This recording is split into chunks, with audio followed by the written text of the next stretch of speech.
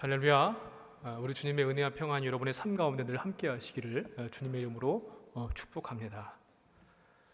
탈북민 가운데요, 대한민국 여권을 받았을 때 감격을 말하는 분들이 참 많습니다. 북한에 있을 때에는 인간 대접을 받지 못했고요, 탈북해서 중국에서 살 때에는 또 무시를 당하고 그랬었는데, 남한에 내려와서 정착을 하고 여권을 받은 다음에 중국을 다시 갔는데요, 대우하는 게 완전히 달라졌다는 것입니다. 그래서 마치 신분 상승하는 것을 느꼈다고 했는데, 그래서 탈북민들 사이에서 대한민국 여권을 가리켜서 황제 여권이다 라고 불리는 소리도 있다고 합니다. 한 TV 프로그램을 보게 되었는데요, 탈북민 중에 한 분이 이제 그런 이야기를 하는데, 자신이 탈북한 이야기하고 그 다음에 여권을 받았을 때 펑펑 울었다고 하는 그런 이야기를 소개를 했습니다. 이 내용 때문에 여권을 받고 펑펑 울었다는 것인데요, 한번 보실까요? 이 내용입니다. 대한민국 국민인 이 여권 소지인이 아무 지장 없이 통행할 수 있도록 하여 주시고, 필요한 모든 편의 및 보호를 베풀어 주실 것을 관계자 여러분께 요청합니다. 이거를 보자마자 펑펑 울었다는 거예요. 여러분, 여권 받으신 다음에 펑펑 울어보신 적 있으세요? 근데 이분은 아마 이게 겉표지를 넘기면 이 글이 아마 있을 겁니다. 어디 있는지도 모르시는 분도 있을지 몰라요. 혹시 이걸 딱 보니까, 그렇지, 이제는 나를 보호하고 내 편을 들어줄 내 나라가 있구나, 나는 든든한 마음이 들어서 그걸 보자마자 그냥 눈물을 쏟았다는 거예요. 우리는 잘 사실 모릅니다. 여권을 가지고 계신 분들 가운데 여권이 얼마나 소중한지, 또 여권을 주는 내 나라가 있다는 것이 얼마나 귀한 것인지 모릅니다. 우리나라 여권 파워가 세계에서 두 번째라고 그러죠. 대한민국 여권을 가지고 있으면 못 가는 나라가 별로 없답니다. 그만큼 참 귀한 것인데, 우리는 그런 것들에 대해서 잘 모를 때가 많습니다. 6월을 맞았습니다. 6월 호국 보훈의 달이고, 또 내일은 현충일을 맞게 되는데, 여러분, 언제 우리가 내 나라, 내 민족, 내 조국이 참 소중하고 감사하다는 것을 느끼신 적이 있는지 모르겠습니다. 사도 바울은 오늘 로마서 9장 말씀에서 구원에 관한 것을 설명하면서 강조하는 것이 있는데, 그게 뭔가 하면 하나님의 절대 주권입니다. 구원은 이스라엘 민족이라고 하는 혈통으로 받는 것도 아니고요, 어떠한 인간의 공로나 조건으로 그것만 만족하면 자동으로 얻는 것이 아니라 오직 하나님의 주권, 하나님의 선택에 의해서 구원을 받는다는 것입니다. 이것을 우리 성경 말씀을 통해서 잘 알 수가 있는데, 여러분, 구약 시대의 구약 말씀을 한번 잘 생각해 보십시오. 하나님께서는 이스라엘 백성들을, 이 민족을 중심으로 해서 구원의 역사를 이루어 가셨습니다. 그렇다고 해서 이스라엘 민족 전체가 다 무조건 구원받는 것은 아니었습니다. 그 가운데서도 선택받은 사람, 소위 말해서 남은 자들만이 구원을 받았던 것을 우리가 알 수 있는데, 예를 들면요, 이스마엘이 아니라 이삭이 영적인 계보를 잇게 되었습니다. 또 장자 에서가 아니라 야곱이 그 계보를 이었습니다. 대홍수 때 살아남았던 사람은 노아와 그 가족들 뿐이었죠. 또 모세가 태어났을 때 남자아이들을 다 죽임을 받게 되었는데 모세만 살아남았습니다. 이렇게 어떠한 특정한 인물만, 하나님 왜 꼭 이러한 사람들만 택하셨습니까? 라고 질문할 수도 없습니다. 왜냐하면 전적으로 이것은 하나님의 주권이기 때문입니다. 이러한 하나님의 선택과 구원은 구약시대만 있는 것이 아니라 신약시대에도 오늘도 크게 다르지 않습니다. 하나님의 절대 주권, 그분의 선택 때문에 저와 여러분이 믿음 생활을 하고 있는 것이고, 이 자리에서 예배하는 것을 믿으시기를 바랍니다. 이것이 하나님의 방법입니다. 하나님은요, 이스라엘 민족만이 아니라 모든 민족들을 다 구원하시기 위한 계획을 세우셨습니다. 그리고 그 계획을 이루시기 위해서 도구로 선택하신 것이 이스라엘 민족입니다. 그래서 그들에게는 다른 민족한테는 주지 않으셨던 일종의 특혜를 좀 주셨습니다. 어떠한 특혜를 주셨는가? 메시아를 나중에 보내주시겠다. 그를 통해서 구원해 주시겠다고 하는 구약의 예언의 메시지를 주셨고요. 또 구원받은 사람들의 삶의 모습이라고 할 수 있는 조건, 율법을 그들에게 주셨죠. 그리고 가장 중요한 예수 그리스도를 그들의 후손 가운데서 이스라엘 민족의 혈통으로 나오게 하셨습니다. 선민 이스라엘 민족이 하나님께 받은 이러한 복을 받은 민족이 세계 어느 민족 가운데 있습니까? 아주 특별한 은혜를 받았습니다. 그런데 이스라엘 민족은 그런 하나님의 구원의 역사와 방법을 이해하지도 못했고요. 교만했습니다. 구약의 메시지를 주신 것, 율법을 주신 것, 메시아가 나게 하신 것, 이 모든 것들이 다 자기들만 구원을 하시기 위한 하나님의 특별한 사랑으로만 이해를 했습니다. 그래서 민족적인 편견과 독단에 빠졌고요. 하나님의 절대적인 주권과 그분의 말씀에 순종을 통하여서 구원을 얻는다라고 하는 사실을 알지 못했습니다. 그래서 불의를 저질렀고 뿐만 아니라 율법의 행위로 구원을 얻으려고 하는 그런 잘못된 태도로 예수 그리스도의 복음을 거절했습니다. 멸망을 스스로 자처한 거죠. 바울은 같은 민족으로서 이것이 너무너무나 가슴이 아팠습니다. 괴로워했고 그의 민족사랑 또 하나님 사랑을 통해서 오늘 말씀의 교훈을 얻으시기를 바랍니다. 먼저 우리가 오늘 받아야 될 믿음의 교훈은 무엇인가 하면은 우리가 받은 은혜, 우리가 누리고 있는 은혜를 기억해야 한다는 사실입니다. 이스라엘 민족하고 우리 민족하고는 참 비슷한 것들이 많습니다. 가만히 이렇게 꼽아보게 되면요, 오랜 세월 동안 고통과 이 민족의 고난의 역사를 가지고 있지요. 또 그럼에도 불구하고 하나님의 특별한 은혜를 입었다고 하는 것을 또한 같습니다. 민족의 생존과 번영을 위해서 딱 한 가지 유일한 방법이 있는데 그것은 무엇인가 하면은 하나님의 은혜밖에는 방법이 없다는 것, 그것도 같습니다. 그런데 그 은혜를 자주 잊어버리는 것 또한 왜 그렇게 비슷한지 모르겠습니다.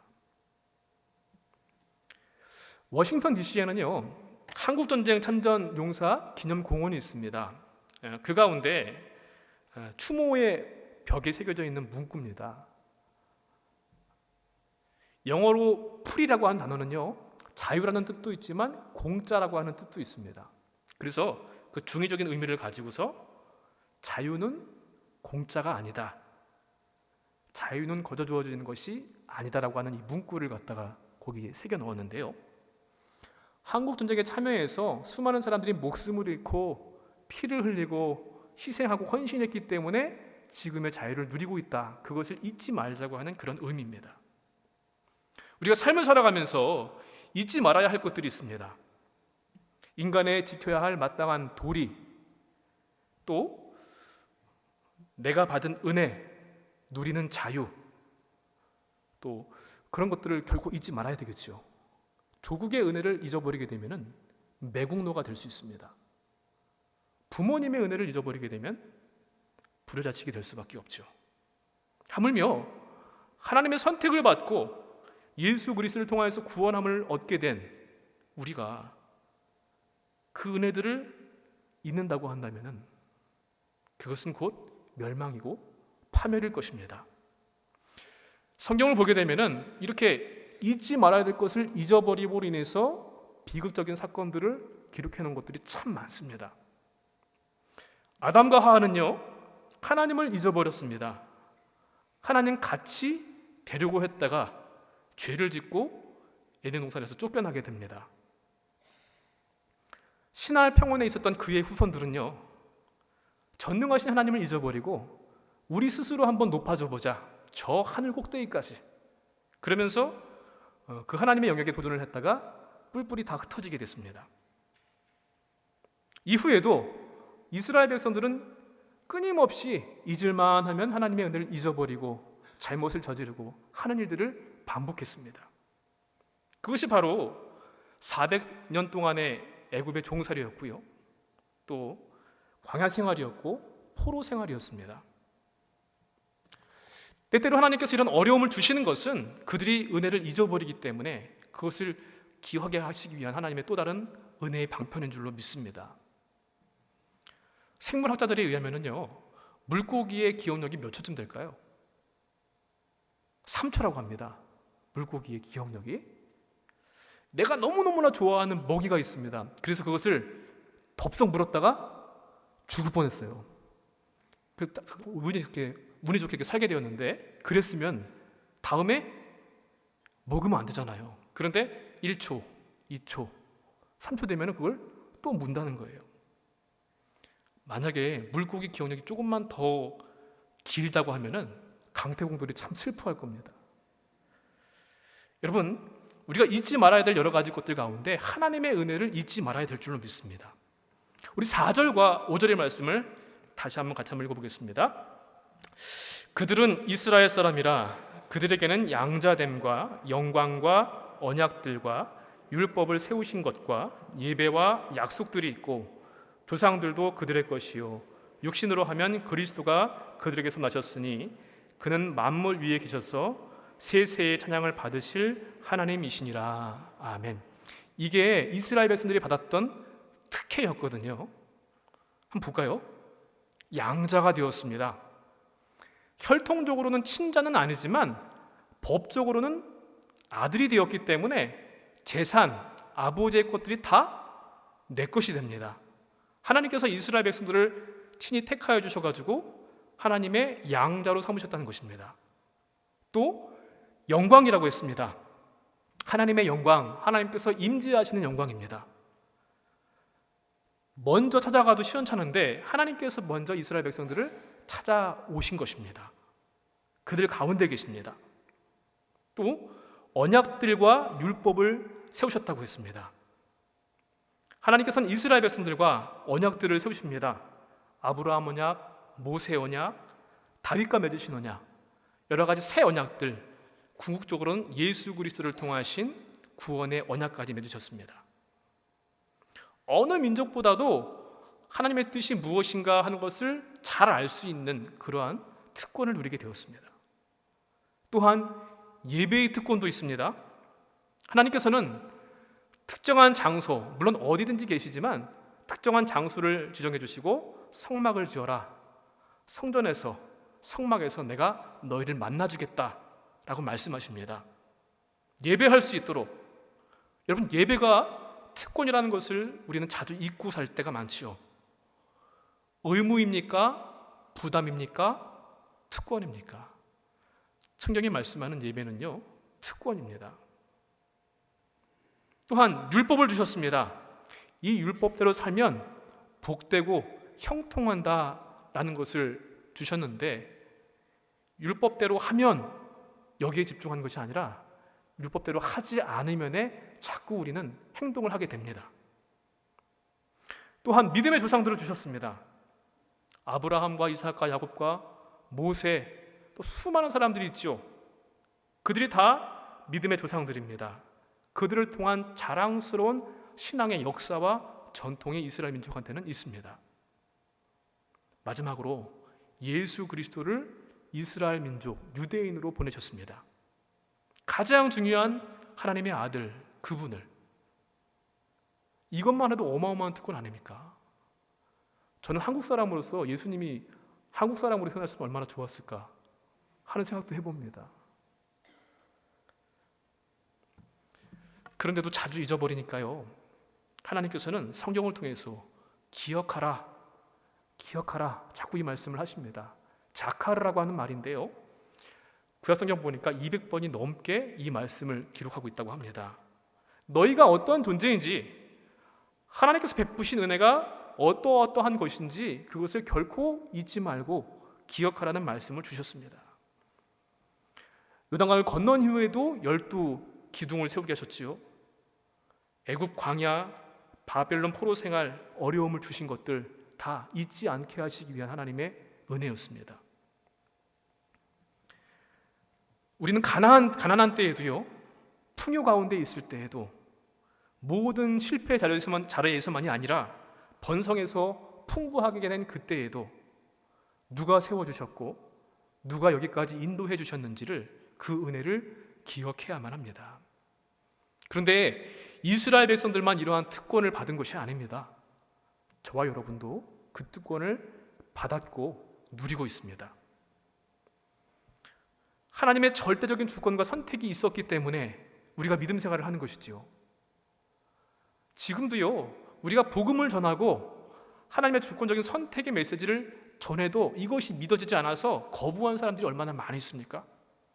그런데 우리는 모두가 다 부모님을 통하여서, 지인들을 통하여서, 가족을 통해서 이러한 저러한 격려로 하나님의 주권적인 선택 안에 들을 수 있도록 은혜를 주셨습니다.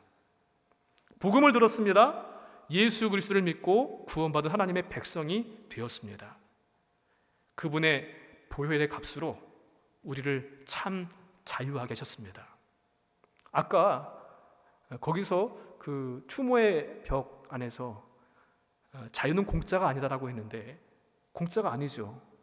사탄의 권세 아래, 마귀의 권세 아래 속박되었던 우리가 예수 그리스도의 보혈의 값으로 말미암아 자유함을 얻게 되었습니다. 그러니 그 하나님의 은혜를 결코 잊지 않고 기억하는 우리가 되어야 될 줄로 믿습니다. 또한 두 번째로는요, 이 민족과 나라가 내게 베풀어준 은혜를 기억해야만 합니다. 여러분, 나라와 민족이 고마울 때가 언제 있으셨습니까? 도산 안창호 선생님께서 이러한 말씀하셨습니다. 그대는 매일 5분씩이라도 나라를 생각해 본 적이 있는가? 내가 살고 있고 내가 존재하는 이 땅을 자주 생각하고 애국심을 가져라라고 하는 그러한 말씀인데요. 사람들은 항상 자신의 일을 걱정합니다. 과거의 일, 현재의 일, 미래의 일, 심지어 죽은 다음의 일도 우리가 걱정을 하죠. 그런데 그렇게 생각하면서 정작 내가 살고 있는 이 나라, 이 땅을 과연 몇 번이나 얼마나 진지하게 생각하는가 하는 것은 특별히 6월을 맞은 우리가 질문을 던져봐야 될 물음입니다. 모든 그리스도인에게는요, 두 개의 나라가 있습니다.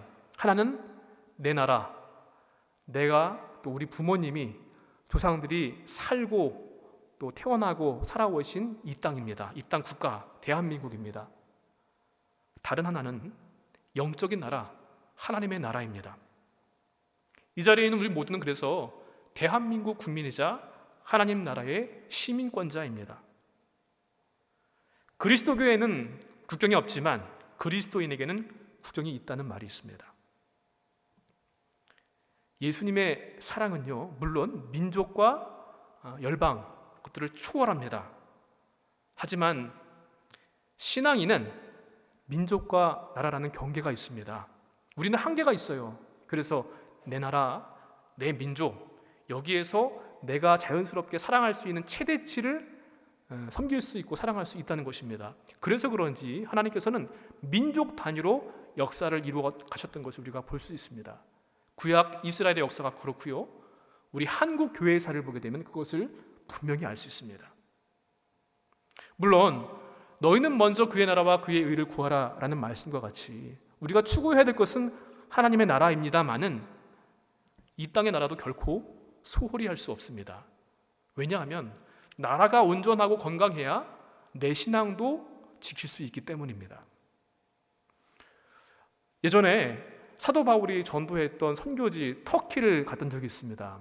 여러분, 터키는요, 헌법상으로 종교의 자유가 있습니다. 그런데 99%의 국민이 이슬람교를 믿습니다. 헌법에는 보장되어 있지만 기독교 신앙을 갖는 것은 참 힘듭니다. 여러 가지 불이익과 핍박을 감수해야만 하는 것이거든요.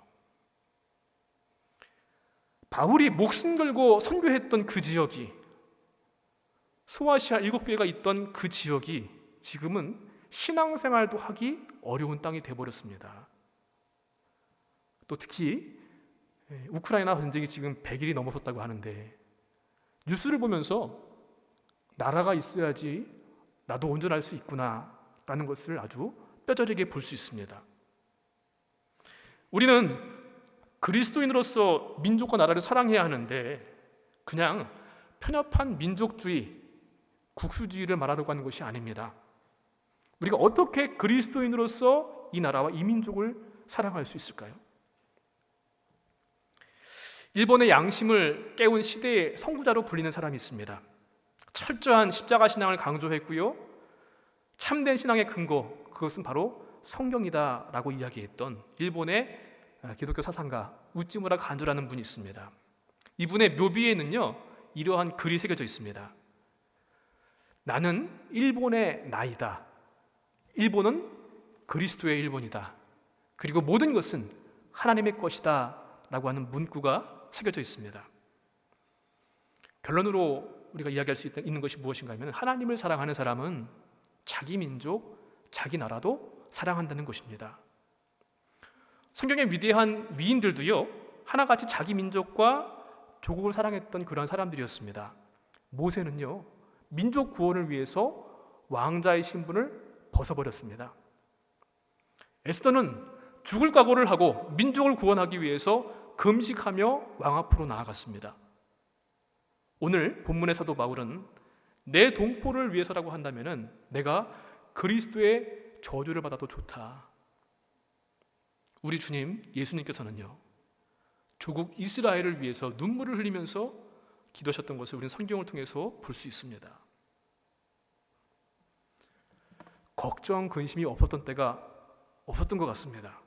지금 역시 어려운 상황입니다. 화해 분위기가 무르익었던 북한과는 점점 골이 깊어지는 것 같고요. 또 주변 강대국들 때문에 정치, 경제, 군사적으로 우리는 늘 눈치를 봐야 하는 참 힘든 그러한 위치에 있습니다. 또 코로나로 인해서 얼마나 많은 어려움들이 지금까지 우리를 괴롭히고 있습니까? 가끔 TV를 보면서 생각할 때가 있습니다. 만약에 내가 대한민국이 아니라 전쟁이 일어나고 있는 저 우크라이나 같은 그러한 땅에 살고 있다고 한다면 기근과 기아와 재난이 있는 그 땅에 내가 살고 있다고 한다면 인권과 신앙이 없는 그런 나라에서 태어났다고 한다면 나는 어떻게 됐을까? 그런데 참 감사한 것은요 여러분 이 땅 대한민국이 시작했던 재헌국회에서요 우리는 분명 우리 국교는 기독교가 아님에도 불구하고 국회의원이자 목사였던 이윤영 의원의 기도로 재헌국회가 시작되었고요 모든 국회의원들이 기도가 끝나고 나서 함께 기립해서 함께 기도를 했다는 것이 이 국회 속기록에 기록되어 있습니다. 또한 수많은 조상들과 믿음의 선진들이 피땀 흘리고 수고와 헌신과 희생으로 인해서 우리가 지금까지 살아오게 되었고요 그러한 믿음을 가지고 우리는 자유롭게 예배하고 복음을 전하는 그러한 삶을 살고 있습니다.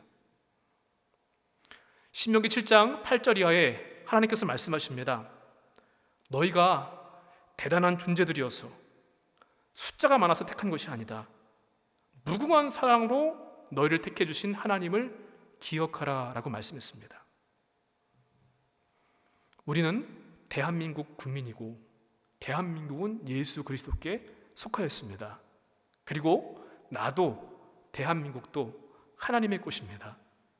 사랑하는 성도 여러분, 하나님의 은혜를 기억하고 내 나라 내 조국의 은혜를 기억하고 또 사랑하고 기도하는 감사하는 그러한 거룩한 그리스도인이 되시기를 주님의 이름으로 간절히 축원을 드립니다. 두 번째로 우리가 받아야 될 믿음의 교훈은요 그렇다고 한다면 우리는 나라 사랑을 실천해야 한다는 것입니다. 특별한 은혜를 입었던 내 민족인데 아직도 소수의 사람들만 예수님을 믿고 복음을 거절하고 있는 이스라엘 백성들을 볼 때마다 바울은 너무나 가슴이 아팠습니다. 우리 3절 말씀 함께 읽어보겠습니다. 나의 형제 곧 고륙의 친척을 위하여 내 자신이 저주를 받아 그리스도에게서 끊어질지라도 원하는 바로라.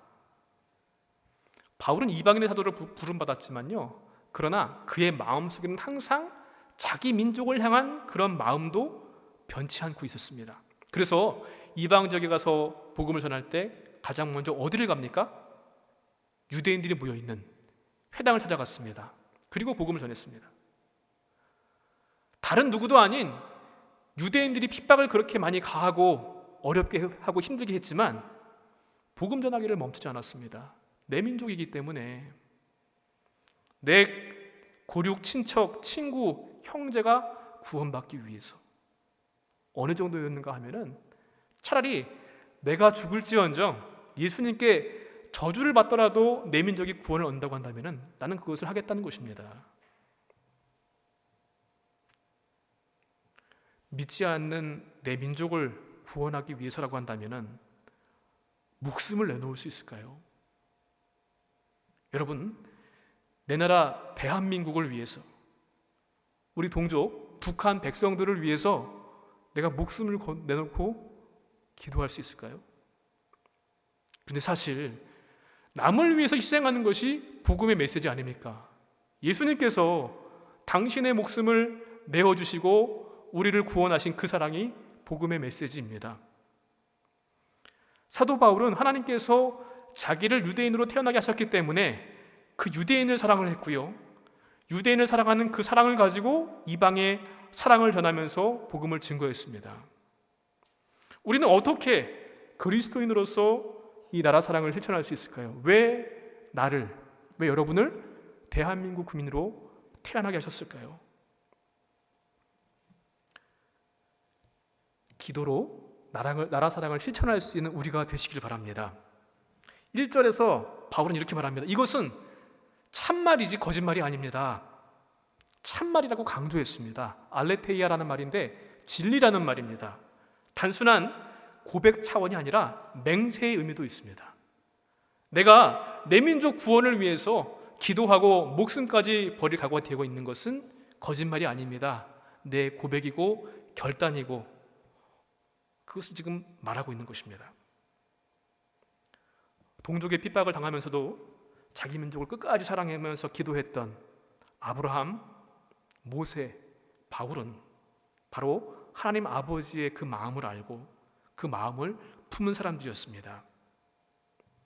6월을 맞이하면서 우리 민족의 역사를 바로 알고 민족을 위해서 기도해야 할 사명이 있으면 여러분 기억하십시오. 느헤미야처럼, 예레미야처럼 내 민족, 우리 북한 땅까지 품고 기도할 수 있는 그런 성도 여러분이 되시길 바랍니다. 또한 기도로 나라 사랑을 실천하는 것뿐만 아니라 행함으로 나라 사랑을 실천해야 할 줄로 믿습니다. 어떻게 행할 수 있을까요? 어떻게 보게 되면요, 기도는 하려고 하지만 행하는 것은 좀 더 어려워하는 것 같습니다. 또 기도는 눈에 보이지 않지만 행하는 것은 눈에 보일 수밖에 없거든요. 우리가 할 수 있는 실천, 제 말씀을 준비하면서 곰곰이 생각해 봤습니다. 많은 것들이 있지만 좀 두 가지를 생각해 보려고 합니다. 하나는 환경을 보호하는 일입니다. 여러분, 예전에 있었던 TV 공익 광고의 내용을 혹시 들어보신 기억이 있으실 것 같습니다. 내 차 안이 지저분해지는 것이 싫어서 담배꽁초를 대한민국에 버렸습니다. 내 가방이 무거워 생수통과 각종 쓰레기를 대한민국에 버렸습니다. 이러한 문구로 시작하는 그런 공익 광고였습니다. 내 집안, 내 차, 내 교회가 더러워지는 것은 싫어서 버리고 낭비하고 비용을 아끼기 위해서 피해를 주는 것들, 환경 문제를 유발하는 이런 모든 것들. 우연찮게 오늘이 무슨 날인지 아십니까? 세계 환경의 날이라고 합니다. 우리가 지난주부터 특별히 탄소 중립 실천과 기후 위기 대응을 위해서 거룩한 습관을 실천하자라고 하는 캠페인도 벌이고 있는데요. 도덕적 그런 차원이 아니라 믿음의 행위로 환경을 보호하는 그런 일에 조금이라도 실천하는 한 주 하루하루가 되시기를 바랍니다. 가까이는 교회를 오갈 때 쓰레기 줍는 거, 보이는 것부터 실천하는 것은 어떨까요? 매주 토요일마다 남성교회 회원들을 중심으로 교회 주변들을 이렇게 청소를 하시는데 이분들은 아마 저희들보다 나라 사랑을 더 좀 실천하시는 분들이 되실 것 같습니다. 또 요새는 플로깅이라는 것이 유행한다고 합니다. 플로깅이 뭔가 하면은요, 조깅을 하면서 운동을 하는 것이 아니라 조깅하는 동안 보이는 쓰레기들을 함께 걷어가는 것입니다. 그래서 플로깅이라고 하는데, 뭐 이러한 등등. 오늘부터는 아마 일회용 컵 사용하지 않고 텀블러를 사용하는 것을 광고에 나갔었는데, 한번 곰곰이 생각해 보십시오. 내 나라를 사랑할 수 있는 방법들이 무엇일까? 환경을 보호하고 생각하는 것들을 힘쓰시는 여러분들 되시기 바랍니다. 또 한 가지는 법규를 준수하는 겁니다. 나라 사랑하는 것은요, 기도하는 것도 있지만 법규를 준수하는 것으로 나타날 수 있습니다. 그냥 이것도 역시 도덕적인 차원이 아니라 믿음의 차원에서, 거룩의 차원에서 법을 지키는 것입니다. 법을 무시하는 것은요, 다른 이웃들한테 피해를 주는 것이고요, 궁극적으로 크게는요, 이 나라를 무너뜨리는 결과를 초래할 수도 있습니다. 하나의 교통 법규 지키는 것부터 시작하는 것도 좋을 것 같습니다. 저도 이 부분이 참 약한데요, 운전을 하시면서 신호등 지키는 것, 또 작은 법규 지키는 것, 이거 하나부터 나라 사랑입니다. 사랑하는 성도 여러분, 내 나라, 내 민족을 사랑하는 것은 그것을 하는 사람만이 다른 민족도, 다른 나라도 사랑할 수 있습니다. 하나님께서 저와 여러분을 대한민국 땅의 대한민국 국민으로 태어나게 하신 것, 믿음의 생활을 하게 하신 것은 이 나라, 이 민족을 품고 기도하며 사랑하도록 하시기 위한 뜻인 줄로 믿습니다. 그 사랑을 가지고 다른 민족, 다른 나라도 사랑하고요, 더 크게 하나님 사랑을 이루어가는 우리 모두가 되었으면 좋겠습니다. 그래서 이 한민족과 대한민국을 사랑하고 하나님을 사랑하는 6월 한 달 되시기를 주님의 이름으로 간절히 축원을 드립니다.